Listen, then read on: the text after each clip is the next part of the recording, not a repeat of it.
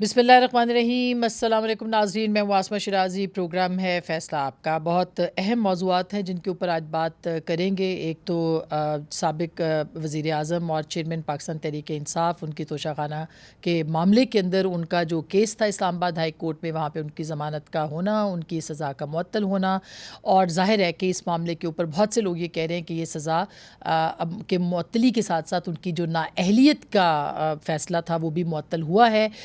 اس پہ خیر بہت زیادہ جو قانونی ماہرین ہیں وہ یہ کہتے نظر آتے ہیں کہ صرف سزا معطل ہوئی ہے، اس کے اندر جو دیگر معاملات تھے وہ معطل نہیں ہوئے ہیں۔ اس کے اوپر ہم ضرور بات کریں گے۔ اس سے پہلے بجلی کے اوپر جو کہ ایک پاکستان کے عوام کا مسئلہ ہے اور اس کے اوپر بہت کنسرنز ہیں، لوگوں کے خدشات ہیں، احتجاج ہے جو کہ روز بروز بڑھتا چلا جا رہا ہے۔ اس احتجاج میں یہی بات ہے کہ جو ٹیکسز ہیں ان کے اندر جس طرح سے اضافہ کیا گیا ہے اور عوام کے اوپر اس کا بوجھ لادا گیا ہے۔ آج کابینہ نے اس اجلاس میں فیصلہ کرنا تھا، آج کے اجلاس میں، جس میں کہ کوئی فیصلہ یوں نہیں ہو سکا کہ ایک مرتبہ پھر IMF کے پاس جانا پڑے گا، کیونکہ پاکستان کے جو معاہدے ہیں، بجلی کی قیمتیں، پیٹرول کی قیمتیں، یہ سب IMF کے ساتھ پاکستان نے معاہدے کر رکھے ہیں۔ ان کی اجازت کے بغیر پاکستان کی حکومت عوام کو ریلیف نہیں دے سکتی۔ اس معاملے کے اوپر آج یہی فیصلہ ہوا ہے کہ IMF کے پاس جائیں گے اور ان سے یہ استدعا کریں گے کہ ان کو کم کر دیا جائے، یا جو سبسڈی کے حوالے سے بھی اور دیگر جو معاملات ہیں اس کے اوپر مختلف تجاویز تھی جن کے اوپر آج کابینہ کے اجلاس میں جو ہے وہ غور کیا گیا تھا۔ اچھا، یہ جو معاملہ ہے اس کے اوپر آتے ہیں، کیونکہ جو چیئرمین پاکستان تحریک انصاف ہیں ان کی توشہ خانہ کے اندر جو ضمانت ہوئی ہے اس کے اندر یہ کہا گیا ہے کہ ٹرائل کورٹ کی جانب سے 3 سال قید اور 1 لاکھ روپے جرمانے کی سزا معطل کی جاتی ہے۔ ٹرائل کورٹ نے الیکشن ایکٹ کے تحت الیکشن کمیشن کی جو کمپلینٹ تھی، ان کی جو درخواست تھی، ان کی جو شکایت تھی، اس کے اوپر یہ سزا کا فیصلہ سنایا ہے، اور سپریم کورٹ کا فیصلہ ہے کہ ضروری نہیں کہ ہر کیس میں سزا معطل ہو۔ سپریم کورٹ نے اپنے فیصلے میں یہ قرار دیا ہے کہ ضمانت دینا یا انکار کرنا ہائی کورٹ کی ثوابدید ہے۔ عدالت عالیہ نے فیصلے میں ایون فیلڈ جو ریفرنس تھا میاں نواز شریف کے خلاف، اس کی سزا کی معطلی کے خلاف جو نیب کی اپیل تھی اس پہ جو سپریم کورٹ کا فیصلہ تھا اس کا بھی حوالہ دیا ہے، اور اسلام آباد ہائی کورٹ نے کہا ہے کہ سپریم کورٹ نے سزا معطلی فیصلوں میں طویل آرڈر جاری کرنے پر ناپسندیدگی کا اظہار کیا ہے۔ یہ ایک بہت اہم بات ہے جو کہ آج کے اس تفصیلی فیصلے کے اندر جو ہے وہ لکھی گئی ہے۔ اس کے ساتھ ساتھ یہ بھی کہا گیا کہ توشہ خانہ کیس میں سزا معطلی کے باوجود اب عمران خان صاحب، ظاہر کہا جا رہا تھا کہ ان کی جو سزا ہے وہ معطل ہو گئی ہے تو رہا ہو جائیں گے، لیکن رہائی نہیں ہو سکی، اور رہائی اس لیے نہیں ہو سکی کہ چیئرمین تحریک انصاف جو ہیں ان کے خلاف ایک سائفر کا آفیشیل سیکرٹ ایکٹ کے تحت مقدمہ درج ہے۔ اس کے اندر ان کی کچھ دن پہلے گرفتاری عمل میں لائی جا چکی ہے، تفتیش ہے۔ کل ان کو جو ہے وہ اسلام آباد کی جو خصوصی عدالت ہے اس میں بھی پیش ہونا ہے، کیونکہ کل تک وہ جوڈیشل ریمانڈ کے اوپر تھے، اور اب یہ کہا جا رہا ہے کہ اس معاملے کے اوپر جو غور کیا جا رہا ہے کہ آیا ان کو اسلام آباد لایا جائے گا یا پھر ان کو بھیجا جائے گا، وہاں پہ کورٹ کو بھیجا جائے گا، جو کہ انپریسیڈنٹڈ ہے۔ ہو سکتا ہے کہ ان کو اسلام آباد لایا جائے، ہو سکتا ہے کہ ان کو اڈیالہ جیل میں لایا جائے، لیکن یہ ابھی تک جو ہے اس کے اوپر کوئی خاص خبر ہمارے سامنے نہیں آئی ہے۔ دوسری جانب اس پہ ضرور بات کریں گے کہ سائفر کا معاملہ ان کے لیے کتنا سنگین ہے، توشہ خانہ کے معاملے کے اندر جو ایون فیلڈ کا معاملہ ہے یہ کتنا اہم ہے، اور پیپلز پارٹی نے آج جو ہے وہ الیکشنز کا، اس سے پہلے پاکستان بار کونسل نے، سپریم کورٹ بار کونسل نے، اور اب پاکستان پیپلز پارٹی نے باقاعدہ مطالبہ کر دیا ہے کہ انتخابات 90 دن کے اندر کروائے جائیں۔ آج پاکستان پیپلز پارٹی کے ایک وفد کی ملاقات بھی جو ہے وہ ہوئی تھی الیکشن کمیشن سے، اور وہاں پہ انہوں نے کچھ مطالبات بھی رکھے ہیں، کچھ تجاویز بھی رکھی ہیں، اور یہ کہا ہے کہ الیکشن کمیشن نے وعدہ کیا ہے کہ واپس ان کے پاس آئیں گے، اور فیصلہ یہ بھی مطلب بتایا ہے انہوں نے کہ جو تاریخ ہے انتخابات کی وہ بھی الیکشن کمیشن نے دینے کی یقین دہانی کروائی ہے۔ یہ بہت بڑی خبر ہے جو آج نوید قمر صاحب نے بتائی ہے، اور کیا بات کہی ہے وہ ذرا سنیے گا، جو ہمارے پاکستان پیپلز پارٹی کے جو رہنما ہیں وہ کیا کہہ رہے ہیں وہ ذرا سنیے گا۔ جو آرٹیکل 224 ہے وہ ایک وقت متعین کرتا ہے کہ جب اسمبلی ڈیزالو ہو جائے گی، اس میں جو مدت دی گئی ہے اس مدت کے اندر انتخابات ہونے چاہیے۔ الیکشن کمیشن سے یہ بھی کہا کہ جو ڈیلیمیٹیشن ہے وہ مختصر عرصے میں بھی ہو سکتا ہے۔ الیکشن کمیشن نے ہمیں اشور یہ کیا کہ ہم اس بات پہ غور کریں گے، ہمیں ایشورنس دی گئی کہ الیکشن کی تاریخ بھی اس کے بعد عنقریب ہم دے دیں گے۔ سو ایشورنس کی بات ہو رہی تھی، حلقہ بندیوں کا حل بھی پاکستان پیپلز پارٹی کہہ رہی ہے ہم نے پیش کیا ہے. اب کیا واقعی الیکشن کمیشن جلدی کی تاریخ دے پائے گا، نہیں دے پائے گا؟ ان سارے موضوعات پہ بات کریں گے. ہمارے ساتھ خصوصی طور پر موجود ہے فواد حسن فواد صاحب، جو کہ پرنسپل سیکرٹری رہے ہیں پاکستان مسلم لیگ نواز کے وزیر اعظم جناب میاں نواز شریف صاحب کے، اور اس کے ساتھ ساتھ سینئر بیوروکریٹ ہیں، دانشور ہیں، شاعر ہیں. لیکن آج ہم نے بات کرنی ہے کہ سائفر کے ایشو کے اوپر بھی اور توشہ خانہ کے حوالے سے خصوصی طور پر. ان سے بہت شکریہ آپ کی تشریف آوری کا سر. بہت شکریہ. اور اس سے پہلے رشید رضوی صاحب جو کہ جج بھی رہے ہیں، معروف قانون دان بھی ہیں، ہمارے ساتھ موجود ہیں. ان سے کچھ سوال میں پوچھنا چاہتی ہوں اگر وہ میرے ساتھ موجود ہیں ٹیلی فون لائن پہ. السلام علیکم سر. وعلیکم السلام.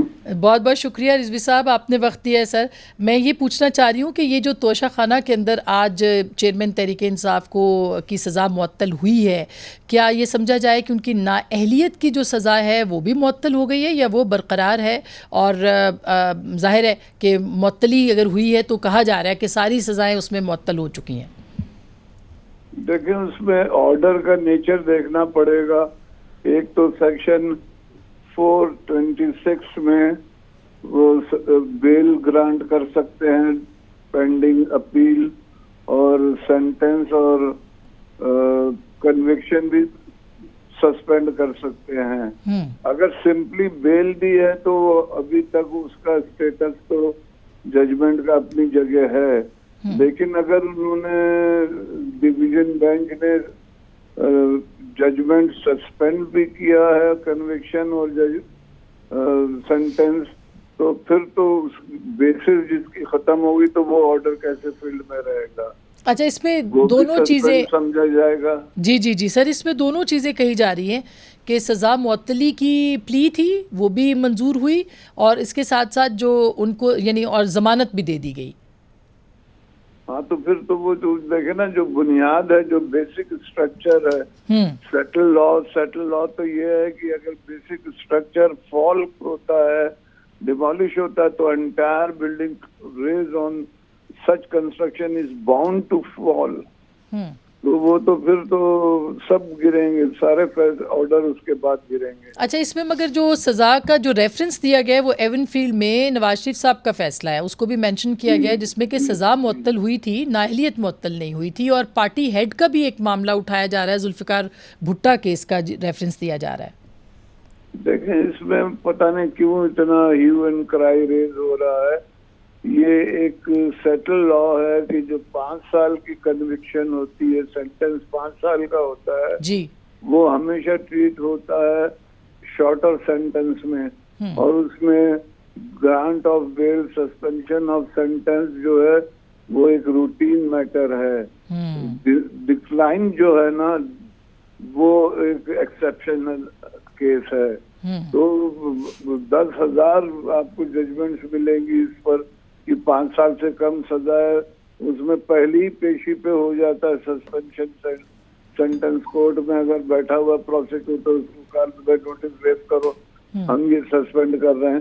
کوئی نئی چیز نہیں ہے، پتہ نہیں کیوں اتنا اس کو ہوا بنایا ہے. اچھا بالکل آپ صحیح کہہ رہے ہیں رضوی صاحب، رضوی صاحب مگر سوال یہ ہے کہ پھر تو پلی یہ لینی چاہیے تھی جو آج ریفرنس یا آج درخواست دائر کی گئی ہے کہ تمام فیصلوں کے اندر جو ہے جو ان کے خلاف ہوئے ہیں اس میں ان کو اس سزاؤں کو جو ہے ان کو ریلیف دیا جائے.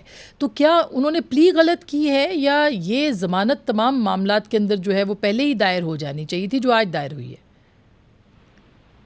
میں نے سمجھ پایا کون سی اپلیکیشن. ایک اور درخواست آج دائر کی گئی ہے کہ جس میں چیئرمین تحریک انصاف اسلام آباد ہائی کورٹ میں. جی اس میں تو دیکھنا ہر کیس کے اپنے فیکٹس ہوتے ہیں. اگر کامن نیچر کے کیس ہیں تو آپ جوائنٹ بھی نہیں، سیپریٹ فائل کر کے اپلائی کر سکتے ہیں کہ آل دیز بیل اپلیکیشن میں بی ہرڈ ٹوگیدر. اس کو ٹیگ کر لیں، اس کو کنسولیڈیٹ کر لیں. لیکن ایک آرڈر کو پاس ہونے کو پھر دوسرے پہ اپلائی کروانا وہ بڑا مشکل ہوگا. ٹھیک، تو سر یہ بھی بتا دیجئے کہ سپریم کورٹ نے اسلام آباد ہائی کورٹ کے موجودگی میں، یعنی ان کے وہ سن رہے تھے اس معاملے کو، تو جو بینچ بنایا کہا جا رہا ہے کہ وہ ایک اور مانیٹرنگ بینچ تھا، اس بارے میں آپ کیا کہیں گے؟ میں سمجھتا ہوں کہ بڑا پہلے انہوں نے ان کے پاس کوئی ایسا جواز نہیں تھا کہ انہوں نے ڈائریکشن ایک دے دی, ایک آبزرویشن ایسا دے دیا کہ اسلام آباد ہائی کورٹ پہ نکل ہی نہیں سکتا تھا باہر. یہ نہیں کرنا چاہیے تھا انہیں. جب انہوں نے یہ کہہ دیا تھا کہ ہائی کورٹ فیصلہ کرے تو پھر ہائی کورٹ پہ چھوڑ دیتے ہیں, لیکن ہائی کورٹ کو فیصلہ کرنے کو کہا اور پھر ہاتھ باندھ دیے آبزرویشن دے کے. یہ نہیں ہوتا ہے. سپیریئر کورٹس پھر کچھ نہیں کہتی ہیں کہ let the matter be decided by the high court. یہی چیز آپ کو یاد ہے کہ 6-10 کے 6-4 کے اس میں 4 ججز نے اسی بات پہ کہا تھا کہ جی پینڈنگ ہے ہائی کورٹ میں یہ کیس 90 ڈیز والا پنجاب اور سرحد کا, اس کو ٹچ نہ کریں, اس کو ایز اٹ از ریمائنڈ کریں. لیکن انہوں نے اس وقت تو سن لیا, یہاں پہ ڈکلائن کر دیا سننے سے آفٹر گیونگ سرٹین آبزرویشن. ٹھیک. تو یہ بڑا ڈسکریمنیٹری ٹریٹمنٹ جو ہے وہ لوگوں کا شیٹر کر دیتا ہے کانفیڈنس ان جوڈیشری. بہت بہت شکریہ. تھینک یو سو مچ رشید رضوی صاحب. بہت معتبر نام ہے قانون اور انصاف کے, اس میں ماہر آئین و قانون ہیں, ان سے ہم بات کر رہے تھے. فواد صاحب, اب یہ جو بات ابھی کہی گئی ہے کہ مانیٹرنگ بینچ پہلے بھی اور پھر ابھی بعد میں بھی, شہباز شریف صاحب کا بلکہ ایک لمبا چوڑا ٹویٹ بھی آ جایا کہ پہلے ایک بینچ تھا جو کہ سزا دلوانے کے لیے تھا, اب بینچ ہے جو بچانے کے لیے ہے. تو آپ کیا کہیں گے اس معاملے کے اوپر؟ شکریہ آسمہ. بسم اللہ الرحمن الرحیم. دیکھیں, میرے خیال ہے رضوی صاحب نے بہت ہی خوبصورت اور بہت ہی بیلنسڈ بات کی ہے. جہاں تک تو سزا کی معطلی کا تعلق ہے تو یہ ایک انہیرنٹ رائٹ ہے جب سزا 5 سال سے کم ہو, اور یہ کنسسٹنٹ رہی ہیں اس پہ ہمیشہ کورٹس, اور کورٹس نے ہمیشہ اس کو امیڈیٹلی سسپینڈ کیا ہے اور پھر اپیل کو سنا ہے. کیونکہ جو قانون کا مطمع نظر ہوتا ہے وہ بے گناہ کو سزا دینا کسی صورت میں نہیں ہوتا. وہ یہ کوشش کی جاتی ہے کہ ہر ممکن حد تک سزا اسی وقت دی جائے جس وقت یہ یقین ہو جائے کہ آدمی نے کچھ کمٹ کیا. تو یہ اس نقطہ نظر پہ جو بیلنس آف کنوینئنس ہے وہ ہمیشہ ایکیوزڈ کی فیور میں رکھ کے عدالتیں فیصلہ کرتی ہیں, اور اسلام آباد ہائی کورٹ نے بالکل درست فیصلہ کیا. انہوں نے میرٹ کے اوپر اور بالکل درست فیصلہ کیا کہ انہوں نے سزا کو معطل کر دیا.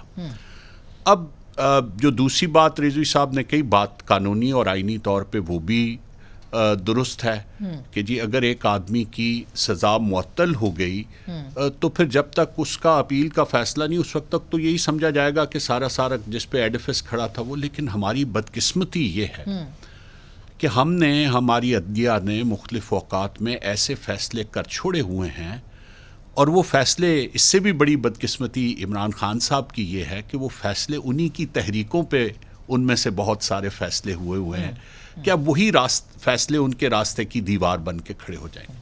مثلا یہ جن کا آپ نے دیا کہ ذوالفقار بھٹا کیس میں, اور پھر ایک بینچ تھا جس کو جسٹس اعجاز الاحسن صاحب ہیڈ کر رہے تھے, انہوں نے بھی یہ فیصلہ دیا تھا کہ جی معطلی کا یہ مطلب نہیں ہے کہ جو سزا ہے وہ بھی ختم ہوئی, سزا برقرار رہے گی جب تک اپیل کا ریگولر فیصلہ نہیں ہو جاتا.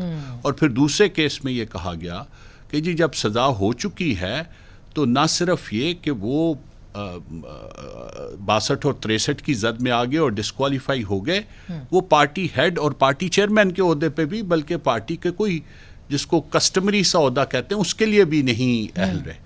تو اب یہ وہ سپریم کورٹ کے فیصلے ہیں جو قطعیت حاصل کر چکے ہیں, جن کے اگینسٹ اپیلز بھی ہوئی نہیں, یا ہوئی تو وہ سیٹسفائیڈ کر دی گئی. تو اب یہ بہرحال اس کیس میں پھر کوئی آپ ڈسکرمنیٹری تو نہیں لے سکیں گے, اور میرا خیال ہے یہی اسی کی پیش بندی کے طور پہ جو ہے یہ دوسری طرف سے سیاسی بیان جو آیا ہے کہ جی یہ ایک مرتبہ سزا دینے کے لیے مانیٹرنگ بینچ بنا تھا اور اب سزا سے بچانے کے لیے. تو یہ بدقسمتی کی بات ہے, ایسا کہتے ہوئے بھی آدمی کو دکھ محسوس ہوتا ہے, لیکن ہماری عدلیہ کی جو ریسنٹ ہسٹری کی تاریخ ہے وہ ان چیزوں کی طرف بار بار اشارہ. اچھا, سائفر کے اوپر بھی آتے ہیں, کیونکہ سائفر کے حوالے سے آفیشیل سیکریٹ ایکٹ کے تحت جو ہے وہ چیئرمین تحریک انصاف پہ مقدمہ ہے اور اس پہ گرفتاری ان کی ہو گئی ہے, کل ان کو پیش کرنا ہے. یہ کتنا سنگین معاملہ ہے, کیونکہ ایک جو قانون بنایا گیا ہے وہ تو ابھی ہوا میں معلق ہے, اس کے فیٹ کا ابھی تک نہیں پتہ چلا. اگر وہ چیلنج ہو گیا سپریم کورٹ ہی شاید اس کے اوپر کوئی فیصلہ دے سکے, تو کیا کہیں گے وہ کتنا سنگین ہے معاملہ؟ یہ دیکھیے, معاملہ تو وہ سنگین ہے, اور وہ معاملہ اس لیے بھی سنگین ہے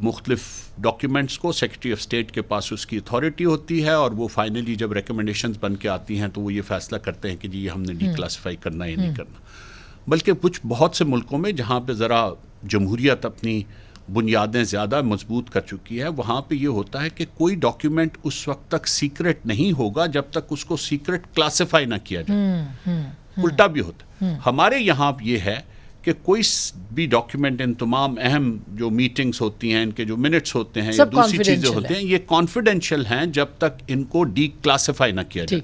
تو again the burden to prove on the basis of documents, زبانی میں کہنے اس کو پہ آسان یوں سمجھوں کہ اگر یہ ڈی کلاسیفائی کیا چیئرمین تحریک انصاف نے یا سابق وزیر اعظم نے، تو انہوں نے ریٹن میں کچھ دیا ہوگا اور یہ ثابت کرنا ہوگا کہ میں نے ریٹن میں دے کے اس کو ڈی کلاسیفائی ان کے پاس یہ ایگزیکٹو اتھارٹی خالی یہ کہ وہ تحریری طور پہ آرڈر بھیج دیں اور یہ سمجھا جائے کہ یہ ڈی کلاسیفائی ہو گیا، نہیں ہے.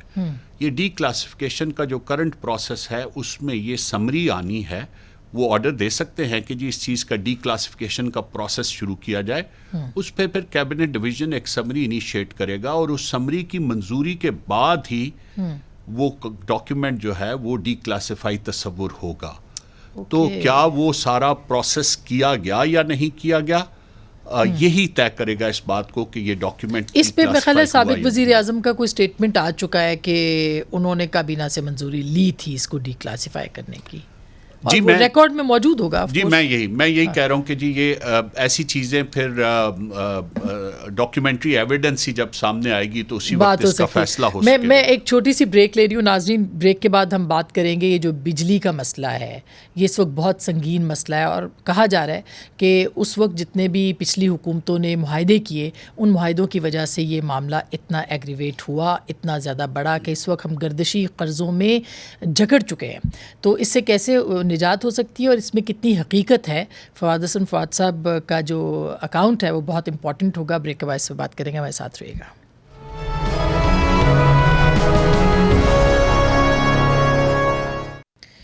ویلکم بیک ناظرین، ایک دفعہ پھر آپ کو خوش آمدید کہتے ہیں. جناب فواد حسن فواد صاحب ہمارے ساتھ موجود ہیں. فواد صاحب، ظاہر ہے وقت کم ہوتا ہے، 4 منٹ 5 منٹ پہ ہم نے بات کرنی ہے، بہت سارے موضوعات ہیں، کیونکہ آپ کا ایکسپرٹ اوپینین ہمیں چاہیے اس کے اندر. یہ جو آج بجلی کی قیمتوں کے حوالے سے فیصلہ ہوا ہے کہ IMF کے پاس جائیں گے، ہماری اکانومی یہاں کھڑی ہے کہ ہمیں ہر فیصلہ IMF سے لینا ہے. ایسے میں کوئی بھی حکومت عوام کو ریلیف کا جو وعدہ ہے وہ کیسے اس کے ساتھ پورا کر سکتی ہے؟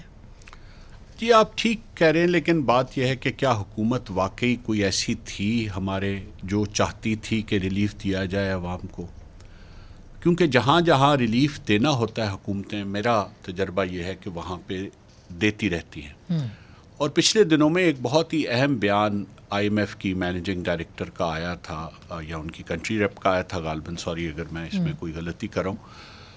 اور اس نے یہ کہا تھا کہ ہم نے کہیں پہ یہ نہیں کہا حکومت پاکستان کو کہ آپ جو ایسے طبقات ہیں جو غربت کی سطح سے نیچے ہیں یا جو کمزور ہیں ان کو ریلیف نہ دیں. ہم تو ان سے صرف یہ کہتے ہیں کہ جو آپ نے ایلیٹ کو جو سہولیات دی ہوئی ہیں ان کو وڈرا کریں، اور اس وڈرال کے بعد آپ اس کو چاہے جس مرتبہ جس طرح سے چاہے استعمال کریں. تو ایک تو یہ بڑی اہم سٹیٹمنٹ آن ریکارڈ ہے. دوسری بات یہ ہے آسما کہ یہ جو بنیادی طور پہ آج ہم جس جگہ پہ پہنچے، یہ بنیادی طور پہ ہماری گورننس کی فیلئر ہے. اور گورننس میں جو میجر فیلئر ہے، یہ چیزیں اس کی آؤٹ کمز ہیں. اصل ایشو بجلی یا بجلی کا سیکٹر یا آج کل جو پاپولر نیریٹو بنایا جا رہا ہے وہ نہیں ہے. اصل ایشو یہ ہے کہ گورنمنٹ کے 2 بنیادی کام ہوتے ہیں. اس نے تمام جتنی بھی انکم ہوتی ہے معاشرے میں یا اکانومی میں، جتنی بھی انکم جنریٹ ہوتی ہے اس کو ٹیکس کرنا ہوتا ہے، اور پھر اس کو ری ڈسٹریبیوٹ کرنا ہوتا. ہماری حکومتیں بدقسمتی سے، اور میں مطلب اپنے آپ کو اس سے باہر رکھ کے بات نہیں کر رہا کیونکہ اگر سچ بولنا ہے تو پورا بولنا چاہیے، ہماری حکومتیں بدقسمتی سے یہ کام نہیں کر سکی. نہ تو ہم تمام لوگوں سے جن کو ٹیکس دینا چاہیے ٹیکس کلیکٹ کر سکیں اب تک، اور اس سے بڑی فیلئر یہ ہے کہ جو ہم کلیکٹ کرتے ہیں اس کی ری ڈسٹریبیوشن کا کام ہم نے بالکل اچھا نہیں کیا. تو جو معاشرے کے کمزور طبقات تک جو سہولت پہنچانی ہے ہمارے اس میں بہت کم ایسے آئے ہیں وقفے. اور میں بڑی آپ یقین مانیں پوری ایمانداری سے کہتا ہوں کہ 2013 سے 18 کا وقت وہ وقت تھا جب ان چیزوں پہ خاصی توجہ ہوتی تھی کہ جی بجلی کی قیمت کیا ہے، ان چیزوں کا جن دیکھیے کا اسی عام دوران آدمی کی ایسے زندگی معاہدے کے بھی ہوئے فواد صاحب جو جی، کہ آج تک پاکستان کے جڑوں میں بیٹھے ہیں. اچھا، یہ میں یہی کہہ رہا ہوں کہ یہ پاپولر نیریٹو ضرور ہے لیکن یہ حقیقی نیریٹو نہیں ہے. اچھا، ٹھیک ہے جی، یہ پاپولر نیریٹو ہے. ہمارا مسئلہ یہ ہے کہ ہم جو بھی ریفارم شروع کرتے ہیں اس ریفارم کو ہم آخر تک نہیں لے کے جاتے، ہم اس کو آدھے رستے میں چھوڑ دیتے ہیں. اور جب کسی بھی ریفارم کو آپ آدھے رستے میں چھوڑیں گے تو اس کا آپ کو جو نقصان پہنچنا ہے وہ تو پہنچ جائے گا، جو اس کا فائدہ پہنچنا تھا وہ نہیں پہنچ سکے گا. پاور سیکٹر کو لے لیجیے. پاور سیکٹر میں پہلی جو چینج آئی 1947 سے لے کے اور 1994 تک ہم ایک ہی اس پہ چلتے رہے. پاور سیکٹر پبلک سیکٹر میں تھا، پبلک سیکٹر ہی اس کو ڈرائیو کرتا تھا، اور پرائمریلی ہم نے اپنا سارا فوکس جو ہے اس کو رکھا ہائیڈل جنریشن کی طرف. لیکن 1985 میں ایک بنیادی تبدیلی یہ آئی کہ ایم این ایز اور ایم پی ایز کو یہ اختیار دیا گیا کہ وہ ڈیولپمنٹ سکیمز دے سکیں. تو سب سے زیادہ جو اسکیمیں گئیں وہ گیس اور بجلی کی اسکیمیں شروع ہو گئیں. اب ہماری جو سب سے بڑی ڈسٹورشن ہے، جو اس سیکٹر کے آج کے پرابلمز کا سب سے بڑا فرق ہے، باقی ملکوں میں یہ کیوں نہیں ہے اور ہمارے ملک میں کیوں ہے. پوری دنیا میں جو یوزرز ہیں ان میں انڈسٹری اور کامرس جو ہے وہ 70% ہوتی ہے اور ڈومیسٹک کنزیومرز جو ہیں وہ 30% ہوتے ہیں. ٹھیک. ہمارے یہاں پہ یہ بالکل الٹ ہے. یہاں پہ 70% جو ہے بلکہ 66% سے زیادہ جو ہیں وہ ڈومیسٹک کنزیومر ہیں اور 30-31% جو ہے وہ صرف انڈسٹری ہے. ٹھیک. اور ان 66% کا پھر 2/3 حصہ جو ہے وہ ہے جو لائف لائن کنزیومر ہے، جن کو آپ میکسیمم سبسڈی دیتے ہیں. دوسرا ہمارا مسئلہ یہ ہے کہ ہماری حکومتیں جو ہیں وہ سیاسی دباؤ کے تحت یہ تو بہت فیصلے کر دیتی ہیں کہ ہم نے یہ سبسڈی دینی ہے. سبسڈی دینا بہت درست ہے، حکومت کو کرنا چاہیے، جن لوگوں کو ضرورت ہے سبسڈی دینی چاہیے. صحیح. لیکن مسئلہ یہ ہے کہ اس سبسڈی کو آپ کو فائننس بھی کرنا ہے. اگر آپ وہ فائننس نہیں کرتے تو پھر وہ آپ کے ڈیٹ میں کنورٹ ہوتا جاتا ہے، جس کو اب ہم سرکولر ڈیٹ کرتے ہیں. اب یہ سرکولر ڈیٹ جو ہے وہ آج کھڑا ہوا ہے تقریباً 2310 ارب روپے پہ، صرف پاور سیکٹر کا. میں اس میں ابھی پیٹرولیم سیکٹر کا یا انرجی سیکٹر کا پورا نہیں کہہ رہا، وہ تقریباً کوئی 4800 ارب پہ جا پہنچا ہوا ہے صرف پاور سیکٹر کا. اب اس کو اگر آپ دیکھ لیں تو یہ 2012-13 میں 447 ارب تھا. 2013-14 میں جب یہ پہلا سال آیا اس حکومت کا تو اس میں 84 ارب کا اضافہ ہوا، 531 ارب پہ گیا. 2014-15 میں اس میں 118 ارب کا اضافہ ہوا اور 2015-16 میں اس میں صرف 40 ارب کا اضافہ ہوا اور 2016-17 میں 13 ارب کا اضافہ ہوا. تو یہ آہستہ آہستہ اس مطلب جو سبسڈی دی جا رہی تھی اس کو پراپرلی فائننس کیا جا رہا تھا. حالانکہ اس وقت اگر آپ دیکھیں تو بجلی کی قیمتیں جو ہیں وہ کی گئی تھی. آپ نے کہا کہ جی بجلی کے معاہدے کوئی ایسے کیے گئے جو بہت نقصان دہ. اب یہ اس کو ایڈریس کرنا بہت ضروری ہے. دیکھیے پوری دنیا میں جو پچھلے 100 سال کی تاریخ ہے جب سے انرجی کا یوزیج اس طرح بڑھا ہے، کوئلہ جو ہے وہ ہسٹوریکلی سب سے سستی بجلی پیدا کرتا ہے، سب سے سستی بجلی پیدا کرتا ہے. اور جو ہائیڈل ہے وہ بیکاز اس کی کاسٹ بہت زیادہ ہوتی ہے تو وہ اس کی فیول کی کاسٹ میں تو آپ کو بہت ٹھیک مطلب کچھ نہیں ہوتا، لیکن اس کی کاسٹ بنانے کی بہت ہوتی ہے. اب ہماری بدقسمتی یہ ہے کہ یہ پچھلے جو 4-5 سال ہیں اس میں انٹرنیشنل کموڈٹی مارکیٹ میں جو 2 چیزیں سب سے زیادہ جن کو 3 چیزیں آگ لگی، وہ ایک تو ساری انرجی کو، لیکن اس میں کوئلہ ہسٹوریکلی اتنی آج تک اس کی قیمت اوپر نہیں گئی، دوسری گیس اور تیسرا یہ RLNG اور فرنس آئل وغیرہ. یہ تینوں چیزیں جو ہیں ان کو بہت. اب وہ ہماری جو کاسٹ تھیں وہ اتنی بڑی اس فیول کی کاسٹ پہ، اور اس سے بڑا ہمارا پرابلم یہ ہوا کہ چونکہ ہمارے پاس یہ تینوں چیزیں ہم امپورٹ کرتے ہیں تو اور زیادہ اس کا ہم نے غلطی یہ کی، اور یہ اس وقت بھی نالج میں تھا اور نہیں ہونا چاہیے تھا، جو غلطی ہو وہ ماننی چاہیے. ہمیں امپورٹڈ کول کے بجائے لوکل کول پہ کرنا چاہیے. لوکل کول پہ بھی پہلا بجلی کا پلانٹ 2013-18 میں ہی لگا، یہ بھی آپ ریکارڈ میں رکھیں. آج وہاں پہ تھر میں 4000 میگا واٹ بجلی پیدا ہو رہی ہے تقریباً.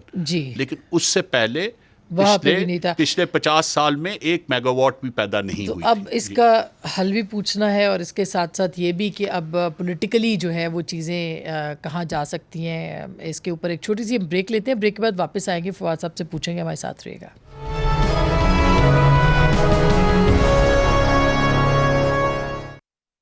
ویلکم بیک ناظرین، ایک دفعہ پھر آپ کو خوش آمدید کہتے ہیں. جو بجلی کی تقسیم کار کمپنیوں کا معاملہ یا بجلی کا معاملہ یہ کافی طویل ہے. اس کے اوپر ہم فواد صاحب کے ساتھ کسی اور وقت جو ہے وہ بات کریں گے. بالکل مختصر وقت ہے، اور چونکہ جیل میں رہے ہیں فواد صاحب بھی، تو میں یہ دیکھ رہی تھی فواد صاحب جو چیئرمین تحریک انصاف کو سہولتیں دی گئی ہیں، اس میں کموڈ ہے، wash basin, bath room, air freshener, تولیہ ہے، بیڈ، میٹرس، تکیے، ایگزاسٹ فین، جائے نماز، قرآن تو چلیں وہ ہوتا ہے، 25 کتابیں، تھرمس، اور پتہ نہیں 21 انچ کا ٹی وی بھی ہے، روزانہ اخبار، احاطے میں واک، اہل خانہ سے روز ملاقاتیں بھی، ہفتہ وار ملاقاتیں. تو یہ سہولتیں آپ کو بھی ملی ہوئی تھی کیا؟ دیکھیے، پہلی تو آپ کو اس سے شروع کر لیں کہ جی یہ کوئی ایسی سہولتیں نہیں ہیں جس پہ آدمی یہ کہے کہ یہ کیوں دی گئی ہیں. بالکل ملنی چاہیے، سابق وزیر اعظم ہے. ہر ایک کو ملنی چاہیے. میں تو کہتا ہوں سابق وزیر اعظم نہ بھی ہوں تو ہم ہر قیدی کو ملنی چاہیے. لیکن آج یہ چیزیں بہت بڑا ایشو بنا دیا گیا ہے کہ جی اگر یہ نہیں دی گئی تو شاید کوئی بنیادی حقوق کی ایسی خلاف ورزی ہو گئی ہے جس کا شاید کبھی زندگی بھر مداوع نہیں ہو سکے گا. آسما، مجھے صرف ایک چیز کا افسوس ہوتا ہے. مجھے خوشی ہے کہ خان صاحب کو یہ چیزیں میسر ہیں. مجھے افسوس صرف ایک چیز کا ہوتا ہے کہ کیا پاکستان کا عدالتی نظام اس وقت کسی گہری نیند میں تھا یا کوئی ایسی سسکیاں لے رہا تھا جس وقت ہم لوگ جیلوں میں تھے. پہلے 7 ماہ تک باوجود اس کے کہ خود جیل کے ڈاکٹر نے یہ کہا کہ ان کی کمر میں 3 فریکچرز ہیں جس کی پوری 40 سال کی ہسٹری ہے، MRIs ہیں، ہر چیز ہے. انہوں نے کہا جی کہ ان کو آپ بیڈ دیں. انہوں نے کہا جی اس کے لیے تو آپ کو اجازت نہیں ہے. تو ہمیں تو 7.5 مہینے تک بیڈ نہیں دیا، اور اس کے بدلے میں ہمارے سے ڈیمانڈ کیا کی گئی؟ ہم سے یہ کہا گیا جی کہ آپ چیئرمین نیب کو اپلیکیشن لکھیں کہ آپ کا ہسپتال میں معائنہ کرانے کی اجازت دی جائے. بینگ اے سول سرونٹ میں نے انہیں کہا کہ ابھی میں جوڈیشل کسٹڈی میں ہوں، میرے ساتھ چیئرمین نیب کا کوئی تعلق نہیں. میں 90 دن ان کی حراست بھگت آیا ہوں، اور الحمدللہ عزت سے بھگت آیا ہوں. آپ مجھے کیسے کہہ رہے ہیں کہ میں چیئرمین نیب کے نام پر اپلیکیشن لکھوں؟ یہ آپ نے فیصلہ کرنا ہے. آپ بھیجنا چاہتے ہیں بھیجیں، نہ جب نہیں بھیجنا چاہتے نہ بھیجیں. یہ سلسلہ 19 مہینے کی جیل میں ایک مرتبہ بھی میڈیکل ایگزامینیشن کے لیے ہسپتال نہیں گیا. یہاں پہ تو 5 ڈاکٹر وہاں پہ معائنہ کرنے پہ رکھے گئے ہیں نا. میں اسٹیٹ آف پاکستان کا ملازم تھا، میں کسی سیاسی جماعت کا رکن نہیں تھا. میں اسٹیٹ آف پاکستان کا ملازم تھا جس نے اپنی زندگی کا بہترین حصہ پاکستان کے لیے گزارا تھا. اس کو یہ کہا جاتا تھا کہ اگر آپ نے ہسپتال میں جانا ہے تو چیئرمین نیب کی منت کریں. تو جس طرح کوئی بھی عزت دار آدمی یہ کرنے پہ تیار نہیں ہو سکتا، میں نے نہیں کی. اسی طرح یہ 1 سال جب گزر گیا تو یہ کہا گیا جی کہ آپ کے ریموویبل ایئر کنڈیشنر کی آپ کو اجازت ہے تو آپ منگوا لیں. تو میں نے انہیں کہا کہ کیا یہ سہولت جو باقی 19 میرے ساتھ سیلز ہیں ان کو ہے؟ انہوں نے کہا نہیں جی یہ تو آپ کے لیے ہم کہہ رہے ہیں کہ آپ منگوا لیں. میں نے پھر ریفیوز کر دیا. میں نے کہا کوئی ایسی سہولت جو کسی اور قیدی کو میسر نہیں ہے میں وہ نہیں لوں گا. لیکن 2 رمضان اور 2 جون جولائی اگست کے مہینے میں نے وہاں پہ گزارے. آج چیمہ نے تقریباً 4 گزارے. ٹھیک ہے جی. اس دوران ہمیں کوئی ایسی سہولت نہیں دی گئی. آپ یقین مانیں جس دن انسپیکشن ہونی ہوتی تھی، اور یہ مہینے میں کم از کم 2 مرتبہ ہوتا تھا، اور کئی مرتبہ 4 5 مرتبہ بھی ہوتا تھا. رات کو 5:30 بجے سیل کلوز کیا جاتا تھا اور دوسرے دن 2 بجے تک سیل کلوز رہتا تھا. اور وہ آگ والا واقعہ تو آپ سنائے چکے ہیں. پھر 3-3.5 گھنٹے کے لیے کھلتا تھا اور اس کے بعد پھر 5:30 بجے بند ہو جاتا تھا. تو یہ سلسلے یہ اس وقت نظر کیوں نہیں آیا؟ اور پھر میں ایک صرف بات اور کروں گا. اب آج یہ بہت تذکرہ ہے کہ جی عدالتوں کو جو ہے وہ کوئی ایسے ریمارکس نہیں دینے چاہیے، اور عدالتوں کو صرف اس چیز کا فیصلہ کرنا چاہیے جو ان کے سامنے ہوں. یہ اصول، یہ قاعدے، یہ قانون، یہ روایات عدلیہ کی یہ کہاں چلی گئی تھی اس وقت جب عدالت میں بیٹھے ہوئے بغیر کوئی کیس کا کوئی بھی مٹیریل ان کے سامنے ہوئے بغیر چیف جسٹس کے عہدے کے افسران جو اس چیف جسٹس کے عہدے کے جج اس طرح سے اپنے خیالات کا اظہار فرماتے تھے کہ جیسے ان کے پاس کوئی آخری ثبوت موجود ہے کہ اس آدمی نے یہ جرم کیا اور باقاعدہ پیغام رسانی کرتے تھے ماتحت عدالتوں کو بالکل کہ اس کو سزا دینی ہے یا اس کی ضمانت منظور نہیں کرنی. 25 مرتبہ اب تو یہ ہوا نا کہ جی آپ نے کو بلایا جاتا ہے اور آپ حاضر نہیں ہوتے, آپ کو عدالت میں آتا اور کسی دن آپ کا وکیل نہیں ہوتا اور کسی دن کچھ نہیں ہوتا.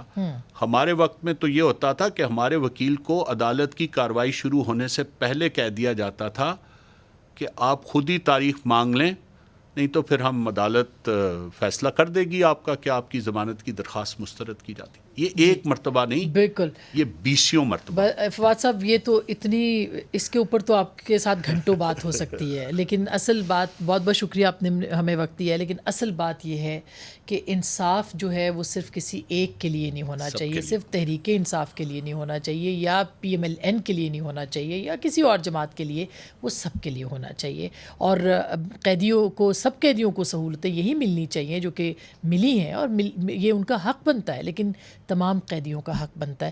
میرا خیال ہے کہ انصاف سماجی, معاشی, معاشرتی, یہ وہ انصاف ہیں جو کہ پاکستان کے آئین نے گارنٹی کی ہیں. اگر یہ ملیں گے تو ہی بہتری ہوگی, ورنہ نہیں ہوگی. گفتگو آپ نے سنی, فیصلہ آپ کا.